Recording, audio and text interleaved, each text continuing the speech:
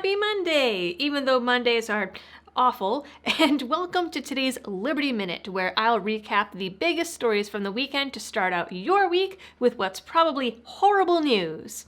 Also, because it's Monday, that means that this episode will be a little bit longer and is brought to you with the help of Blackout Coffee Company. Because Mondays require copious amounts of caffeine, and why not feed your need with their 1776 brew? To check out their coffee, you can click my link down in the description. All right, the biggest story of the weekend, without a doubt, is that Donald Trump has been acquitted of inciting the Capitol riot.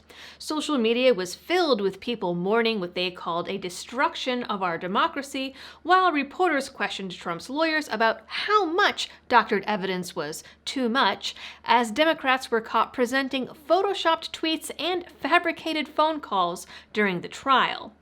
In the end, 7 Republicans split from the GOP and voted guilty in the trial. Trump won in a 57-43 vote, which surprised many media outlets as they just flat out hate the guy. And in their defense, his lawyers did misspell United States in 2 separate briefings. On Friday, the Daily Wire announced their partnership with the now disgraced ex-Mandalorian star Gina Carano. She was fired from Disney after Twitter accused her of being anti-Semitic and transphobic, in response to an Instagram story likening today's political climate to Nazi Germany and previous posts in which she showed support for ending the lockdowns. In the post about Nazi Germany, her point was that we shouldn't hate people for their religious or political views. After which she was fired for her political views. Carano is now reportedly going to be working with the Daily Wire to produce and star in her own movie. The Biden administration made a very surprising move on Saturday, announcing that they are deeply concerned about the fact that China refused to hand over information on their first 174 COVID cases during an investigation by the World Health Organization. Such actions suggest that the Chinese government is engaged in a cover-up, which is unsurprising to anyone who has noticed that the country still claims to only have had 4,600 deaths and under 90,000 cases, despite being not only patient zero, but also having the largest population in the entire world. National Secretary Advisor Jake Sullivan has demanded that China hand over their data, which is probably never going to happen. Also in Washington politicking, Deputy Press Secretary T.J. Ducklow resigned on Saturday. He had been suspended the day prior after it came out that he had threatened a political reporter who was looking to cover his relationship with another journalist. Vanity Fair had reported on the threats, saying they were made in order to try and suppress the story about Ducklow's relationship with a political reporter that had covered Biden's campaign and transition for Axios and NBC. The suspension brought questions from other press, as Biden had promised on day one to immediately fire anyone he caught being disrespectful.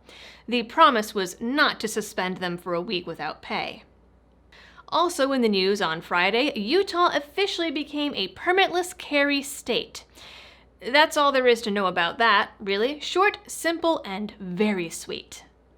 Japan was rocked by a 7.3 magnitude earthquake off the coast of Fukushima over the weekend.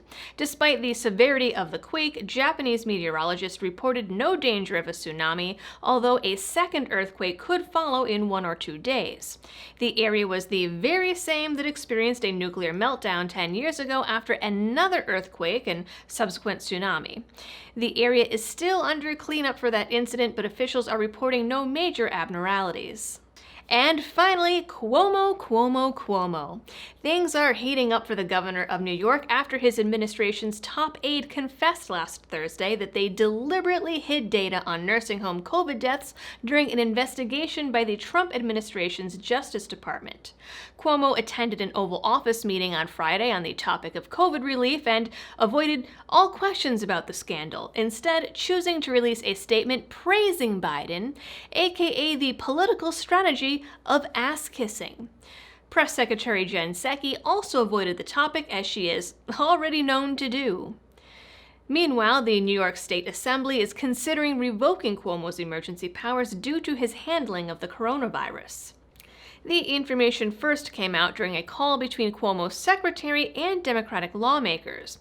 During the call, the details of which were released by the New York Post, the aide apologized to lawmakers for the political trouble it caused them, rather than the deaths, and blamed the cover-up on Trump, causing what she called political football with his investigation. Cuomo's health department had released a directive on March 25th of last year ordering COVID patients into nursing homes. Last month, it came out that the number of COVID-related deaths in New York nursing homes and adult care facilities is almost double what was previously reported. When questioned on this, Cuomo literally went on television and said, "Who cares?" All right, folks, that's your update on the weekend's news. If you liked this video, be sure to check out my channel for longer form videos and my weekly live streams that air every Tuesday and Friday. Thanks for tuning in, and I will catch you on the next one.